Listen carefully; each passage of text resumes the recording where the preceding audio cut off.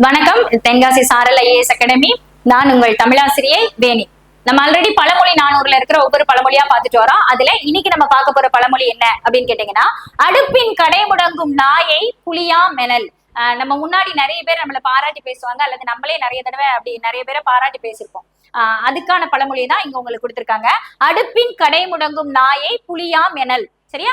தாயானும் தந்தையானாலும் மிகவின்றி வாயின் மீக கூறும் அவர்களை ஏத்துதல் நோயின்றி எனினும். சரியா? யாரோ ஒருத்தரை அவங்க அம்மாவோட பெருமையை வச்சு அப்பாவோட பெருமையை வச்சு இல்லாம கூட அவங்களோட பெருமையை, அவங்க குடிப்பெருமை இல்லாம அவங்கள நம்ம ஏத்தி பேசுறது, எந்த விதத்திலும் பெருமைப்படக்கூடிய தகுதி இல்லாத ஒருவரை நம்ம பெருமையா பேசுறது எப்படிப்பட்டது அப்படின்னு கேட்டீங்கன்னா, பெருமையா பேசுறதுனால என்ன ஆயிட போகுது, ஒண்ணும் இல்லையே அப்படின்னு நினைச்சீங்கன்னா உண்மைதான். அதனால ஒரு ப்ராப்ளமும் இல்லதான். ஆனா அந்த பெருமை பேசுதல், பொய்யான பெருமை பேசுதல் இருக்குல்ல ஒருத்தரை பத்தி, அது எப்படிப்பட்டதுன்னா அடுப்புல தூங்கிட்டு இருக்கக்கூடிய நாய புலி அப்படின்னு. சரியா? சோ அடுப்பின் கடை முடங்கும் நாயை புலியா மணல். ஒருத்தரை பத்தி பொய்யான புகழுரைகள் சொல்றது எப்படிப்பட்டது அப்படின்னா, அடுப்பின் கடை முடங்கும் நாயை புலியாம் எனல். நன்றி.